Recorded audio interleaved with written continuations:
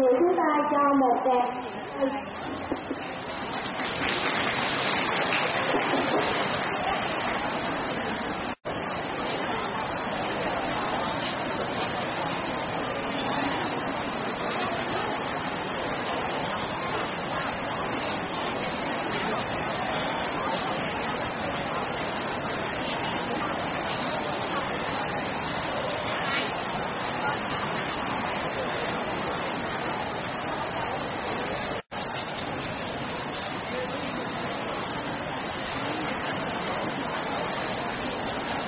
Một lần nữa kính mời cô Hồ Thị Đoan, Phó Chủ tịch Hội thành phố Mỹ Tho, thầy rất cảm nhận chùa Phật.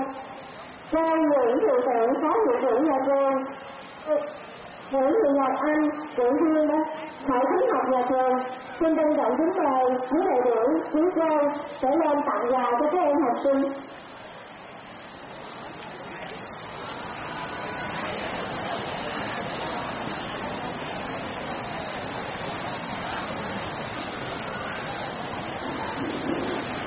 Chúng tôi cũng chân thành cảm ơn sở số kiến thiết Sóc Trăng đã tặng 2.000 quyển tập, cửa hàng đi trước Giới Thanh đã tặng 300 quyển tập.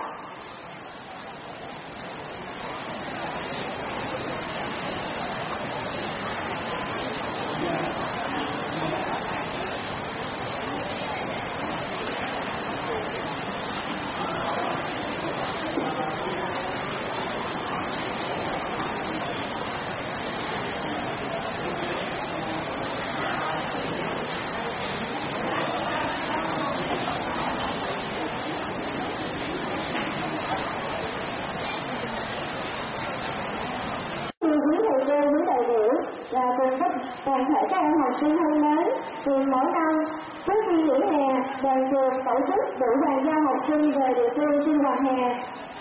Các em học sinh để đem giấy giới thiệu sinh hoạt hè về địa phương. Sau đợt sinh hoạt, ban chấp hành trường xã gửi phiếu nhận xét về ban chấp hành đoàn trường, đề nghị khen thưởng và quyết định khen thưởng những em có thành tích xuất sắc. Nhìn chung, học sinh trường ta tham gia hoạt động tại địa phương được đánh giá cao. Đoàn trường được đánh giá là đơn vị dẫn đầu của thành phố Mỹ Tho trong việc học sinh tham gia sinh hoạt hè. Tuy nhiên, còn phải rút kinh nghiệm